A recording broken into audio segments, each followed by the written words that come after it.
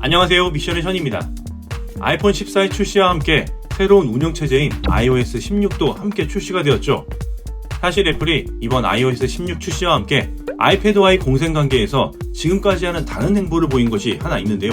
이건 잠시 뒤에 설명을 드리는 걸로 하고, iOS 16이 9월 12일에 출시됐으니까 배포된 지 점점 한 달을 채워가고 있고요. 과거 이력상 정식 배포 이후 한 달 뒤인 시점에 최초 메이저 업데이트가 이뤄졌다는 점을 감안하면 16.1의 메이저 업데이트 시기가 다다랐음을 예상할 수 있기 때문에 새롭게 달라질 기능들을 조금 정리해보겠습니다. 이미 많은 분들께서 사용하고 계시죠. 노치가 생긴 이후부터 함께 사라졌던 배터리 잔량 100분율 표시가 가능하게 되면서 왜 이런 걸 이제서야 넣어줬냐라는 핀잔도 있지만 솔직히 내심 반가운 건 사실인데요. 하지만 아직 숫자가 작아서 꽉 찬 아이콘만 봐서는 구분이 어렵고 뭔가 완충이 된 듯한 잘못된 정보를 줄 수가 있다는 건데요. 그래서 iOS 16.1부터는 100분율 표시와 함께 잔량에 따른 동적 아이콘이 적용될 예정입니다. 그리고 이전보다는 배터리 아이콘과 글꼴도 커지고 이 글꼴 역시 굵어집니다. 충전 중일 때 100% 완충이 되면 충전 중임을 표시하던 번개 모양 아이콘이 사라지고, 역시 충전 중일 때 화면을 깨우면 나왔던 몇 프로 충전됨이란 문구가 다시 부활했습니다. 그리고 무엇보다도 미니 유저들이 환호할 만한 소식인데요. 이번에 배터리 잔량 표시에서 기존에 제외되었던 노치형 아이폰인 아이폰 XR, 아이폰 11, 아이폰 12 미니, 그리고 13 미니까지 배터리 잔량 표시가 지원되기 시작합니다. 반면에 iOS 16 업데이트 이후 배터리 소모와 아이폰이 뜨거워지는 현상을 겪는 분들이 계신데요. 맥루머스 기사를 통해서 전해진 내용으로 봐서도 광범위하게 발생했던 이슈였던 것 같습니다. 저 또한 메인폰인 13 프로에서 겪고 있는데요. 물론 모든 분들이 겪는 문제는 아님을 상기시켜드리면서 얼마 전 설문조사로 약 2,000명의 분들이 응해주셨고, 그 중에서 43% 정도의 유저분들께서 이와 같은 경험을 하셨고요.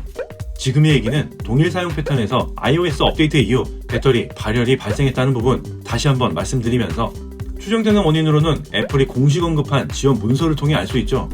특히 9월 30일에 추가 업데이트된 내용을 보면 새롭게 들어간 키보드 햅틱 기능에서 배터리 수명에 영향을 줬을 수도 있다고 언급을 했고, 또 다른 신규 기능인 새로운 잠금 화면도 사용 방법에 따라 배터리 수명에 영향을 줄 수 있습니다.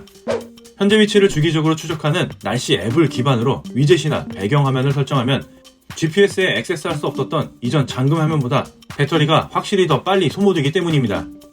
혹시 이러한 불편사항을 겪고 계신다면 보안 업데이트가 나오기 전까지는 위의 기능들의 사용을 자제하도록 잠시 기능을 꺼두시는 걸 추천드리면서, 첫 메이저 업데이트에서 이러한 이슈 사항들은 바로 개선되었으면 하는 바람입니다. 서두에 잠시 언급을 한 내용이죠. 이번 iOS 16 배포를 할 때 애플이 지금까지 하는 다른 행보를 보여줬고, 그건 다름 아닌 아이패드 OS 16이 함께 출시되지 않았다는 점입니다.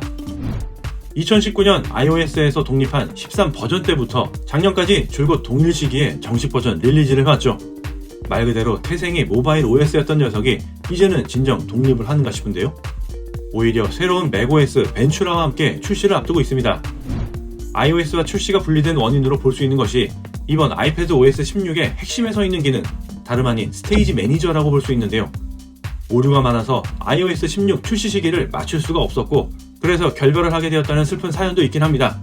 사실 오류가 많긴 했었습니다. 몇몇의 테크 매체 기사들에서 그 내용을 확인할 수 있었고, 새로운 macOS 벤츄라에서도 찰떡궁합인 이 스테이지 매니저이기 때문에 이제 아이패드 OS는 macOS와 더욱 커플링이 강해지는 느낌입니다. 더군다나 기존의 루머와 개발자 버전과는 다르게 이 스테이지 매니저의 기능이 M1이 아닌 아이패드 모델에서도 사용할 수 있다고 하기에 프로 모델 중에서는 11인치의 1세대 이상, 그리고 12.9인치 3세대 이상부터 사용할 수 있을 것으로 추측이 됩니다. 그렇다면 M1 이전의 프로 모델의 칩셋은 A12X 혹은 A12G이기 때문에 그것보다 상위의 칩셋을 갖고 있는 넌프로의 최신 모델들도 사용되지 못할 이유는 없겠죠. 그래서 그 범위는 더욱 넓어지지 않을까 추측이 됩니다. 다만 외부 디스플레이 지원에서는 스테이지 매니저의 모드인 경우에는 사용 불가한 것으로 알려져 있으며, 자세히 설명드리면 외장 디스플레이 지원 자체가 안 된다는 게 아니라 스테이지 매니저 모드인 경우에만 내장 디스플레이에서 동작한다는 것으로 해석해 볼 수 있겠습니다. 자, 지금까지 아이폰 출시 이후 iOS의 새로워질 기능들과 아이패드 OS 출시에 대해서도 함께 정리해봤습니다. 구독자 여러분들의 의견은 어떠신가요? 댓글로 공유해주세요.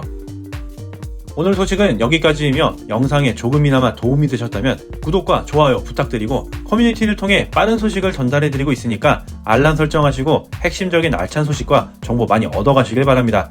지금까지 미션의 션이었습니다.